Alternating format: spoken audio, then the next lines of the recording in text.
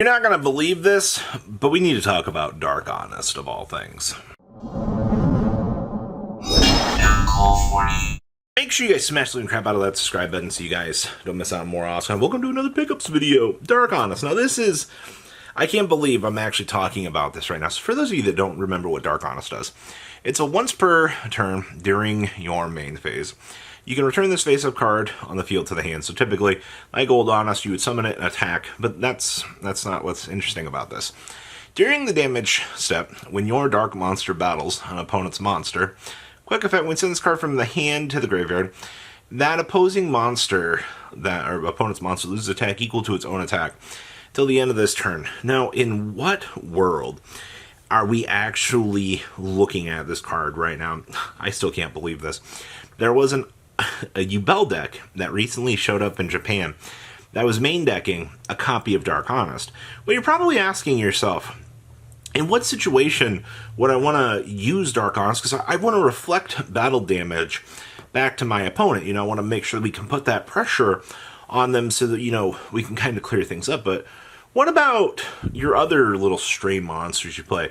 What about, you know, the Dark Beckoning Beast and, you know, some of these other things? What about in the situations where things aren't really kind of set up in your favor? You know, Dark Honest sets it to basically their monsters' attack points should be going to 0 because, you know, it'd be that. And the technical rule is 2/0 monsters can't technically destroy themselves via battle. So this is one of those things that you take a look at and in the random tech choice department and you just go, I mean, I see the application for this.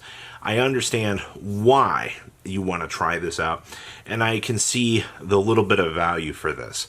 But this is a tech choice / pickups video, so Dark Honest finally has seen a little bit of play. I actually can't believe this. That's the most hilarious thing I thought I would see in a while.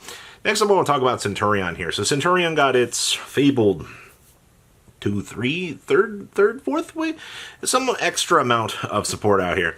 Enough that people are kind of looking around and they're going, wow, you know, like maybe now is the time to pick up these Centurion cards to ensure that, you know, we can have these. I understand that. I mean, we've already seen the higher rarity versions of these cards already starting to go up in price. If not, they're already extremely low quantities of these things available, and that's a little bit disappointing. But if you're one of the people that believed in Centurion out here, you've won. All right, the TCG, you can still Calamity Lock your opponent. You can still do all of the crazy initial run interactions that your deck sought out to do, which was super easy, by the way. That was one of the things that you just wanted to be able to do. Check on that. You still can, well, I mean, search for a counter trap card that essentially puts you in the game. That's pretty good. Honestly, this deck doesn't feel like it has any real downsides at the moment.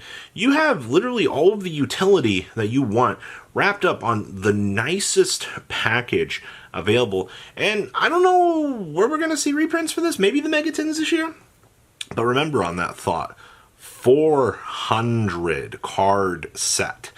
You don't win when a set is that big, and that's why we kind of knocked the SP Little Knight reprint. It's like, well, you know, yay, SP Little Knight reprint, but on the same side of that equation, 400 cards! Yeah, you're not winning off of that. But for now, keep an eye on the Centurion stuff. The new stuff, I mean, adds an extra layer of consistency, as we're going to call it, and I'll take that. One little extra piece of consistency, I think, can help out the deck a little bit more, but the TCG's identity of the deck is just Calamity King and Turbo, baby. Just keep on keeping on. Easiest thing in the world. Next up here, I wanted to put Left Arm Offering / you know, things for Infernoids / you know, hand destruction. So kind of looking at how things are at the moment, I do think that there is something to be said about this. The Infernoid support will be coming down with battles in June, which means people are going to cook. People are going to experiment. People are going to want to try out these different little things, depending on which version of Noids you want to try out, depending on, you know, which interactions and things that you're going to think that your deck needs to play. There is a lot of different methods of badness to this.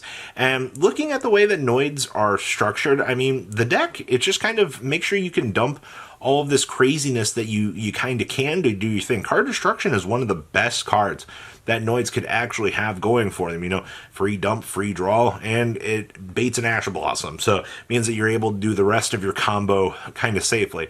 On the same side of that equation, though, that means if you're trying to play this stuff, you're probably going to want to have the consistency cards, aka the value town that is the Wanted Snake Eyes package for this deck, which is a little bit disappointing, to say the least, that you're going to have to pump out all that extra money in order to want to play these decks. But for now, I got to give a quick shout out to the Noid stuff. It's one of the most anticipated decks of this year, and the fact that we are seeing this support coming down the pipeline here, and people are just, yeah, we're excited for this. You know, I want to try this stuff out. Yeah, I too want to see where this can go, honestly.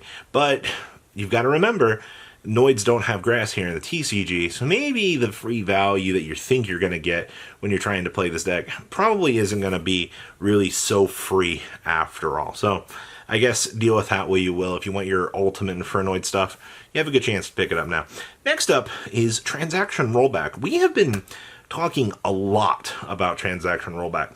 Rollback just kind of crept underneath the radar here, and more people, I think, have forgotten that the card actually exists. But that doesn't mean, you know, especially with these Light Swarm piles that are kind of starting to take off out here, people are wanting to play right now. You have Infernoids coming down the pipeline here as well, which means you still have Transaction Rollback and the Mayakashi Trap card, both kind of floating around out here, at least enough that you want to look at this and go, wow, you know, kind of, I like the idea of what we're able to try out with these little interactions. Also, Transaction Rollback obviously promoting other value in the departments of Labyrinth. How many builds can you abuse Beatrice in with the trap card? I think the answer is a lot. The fact that you can still play Beatrice, one Transaction Rollback, one Mayakashi Trap card, and literally over 3 to 4 different variations. Still do it in the virtual world. You can still do it in the Tier Elements strategy, which is relatively easy. I mean, you think Malicious for coming back. All these pile decks that can abuse Malicious to some sort of, you know, ends. As long as they can get another level 6 on the field. Diviner the Herald also helps to promote that too. So everything that's sitting out here for Transaction Rollback's play in the meta, it's still here. Nothing has changed. And once again, I reached the point out here that I ask you, I don't foresee Transaction Rollback getting a reprint anytime soon, which once again comes down to, well, if this card's not getting a reprint anytime soon, does that mean that we can safely pick it up? And typically the answer is yes. Yes, you can. But the minute that reprint is announced, flush the toilet, all the value is gone. Well, maybe not so much. It just depends on how much competitive play value we expect that deck to actually have. And then I want to talk about miscellaneous field spells out here that you think you're going to need. So things like the Necro Valley are pretty good. Gates of the Dark World for, you know, your Yubel piles if you want to play them. The Sangan Manor, just basically field spells in general that you think are going to be good. We're kind of heading on into a expected field spell meta out here, where people are kind of looking around, they're like, ooh, you know, we can test out all these new things. Oh, absolutely you can. The field spell world is your oyster. You can do all of these cool things that you want to with this stuff. But downside to all this is, well, maybe you won't get this insane value off of Resolution. You know, Vidos is looking like one of those cards that you're going to want to have out here as a counter to the field spells. Yeah, right? Who would have guessed? Necro Valley's existence out here is to counter Tenpai Dragons, so those stupid things can't actually move themselves from the graveyard.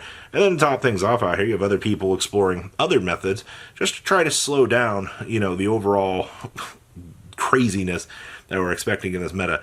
There is so much happening on the back end of things here with the way that this meta is developing. I am kind of curious to see what the best calls are going to be, just kind of as we start to unfold and see where things are going to go. The meta, honestly, I think this is one of the best I've actually had the chance to see out here. So who really knows where things are going to go, but we'll take them. So make sure you guys smash the living crap out of that subscribe button so you guys don't miss out on more awesome content. And I'll see your beautiful faces back in the day, guys. Peace out. Patrons, thank you.